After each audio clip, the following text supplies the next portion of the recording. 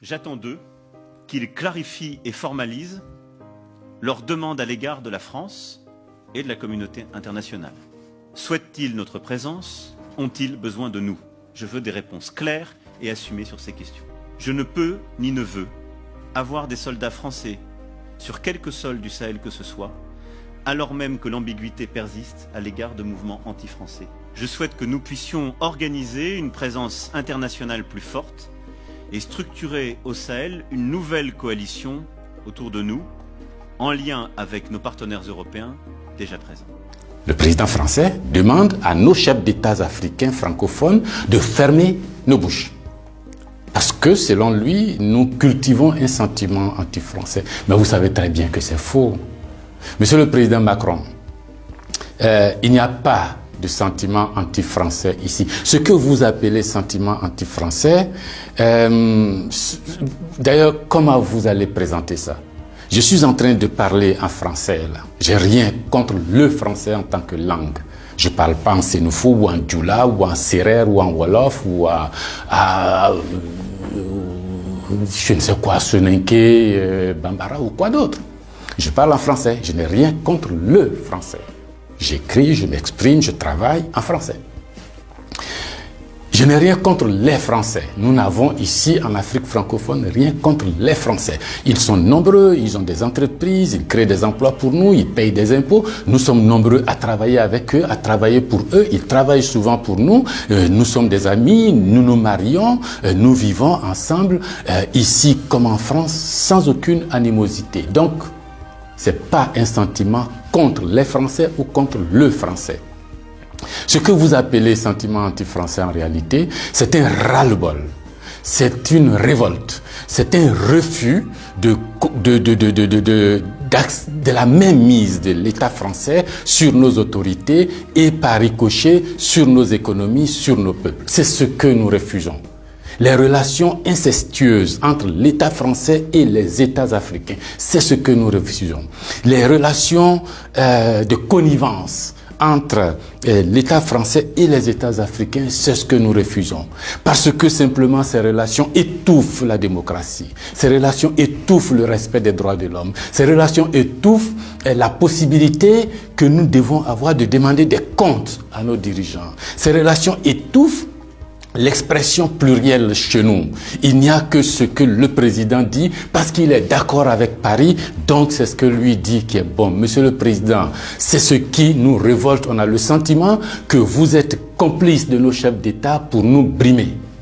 On a le sentiment que les droits de l'homme que vous faites respecter en France, les libertés individuelles que vous faites respecter en France, la déclaration universelle des droits en France, déclaré là-bas par vos ancêtres, Monsieur le Président, on a l'impression que vous considérez que nous, en Afrique, on n'a pas droit à cela. Nous, en Afrique, on n'est pas digne de cela. Nous, en Afrique, on n'est pas suffisamment humain pour avoir les droits humains.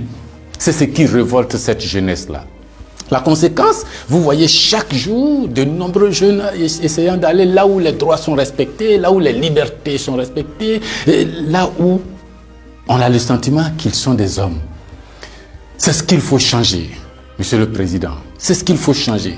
Vous pouvez parler 1000 fois à nos chefs d'État, vous pouvez leur donner des instructions 1000 fois, mais ça ne changera rien dans la tête des populations africaines ici, dans l'esprit des populations africaines ici. L'idée est que nous voulons redevenir des hommes libres. Nos ancêtres ont été vendus comme des marchandises par vos ancêtres. Comme des marchandises. Pendant de 1500 à 1890, c'est par là, comme des marchandises. Nous fermons les yeux là-dessus.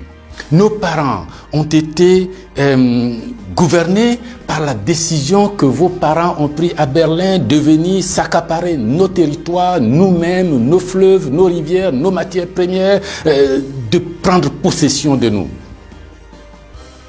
Ça a duré près d'un siècle. Fermons les yeux là-dessus.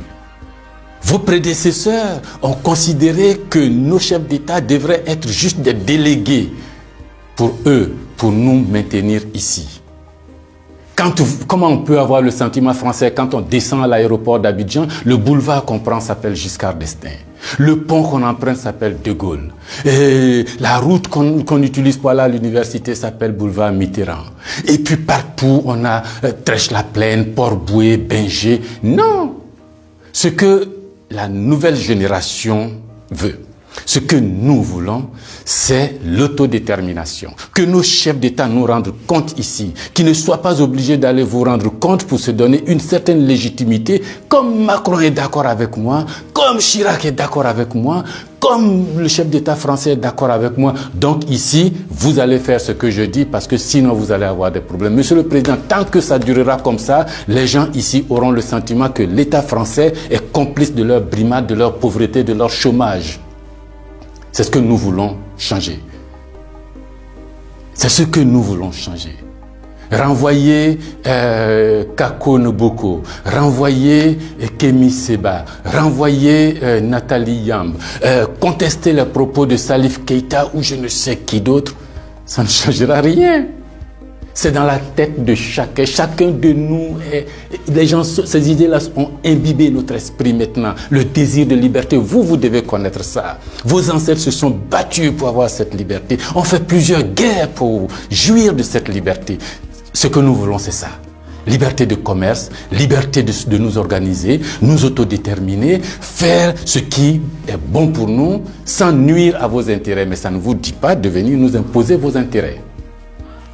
Si vous pensez, chers auditeurs, que ce message vaut la peine d'être diffusé et que nous soyons nombreux à nous l'approprier, sans animosité, sans bestialité, mais avec fermeté et conviction, il faut liker, il faut partager.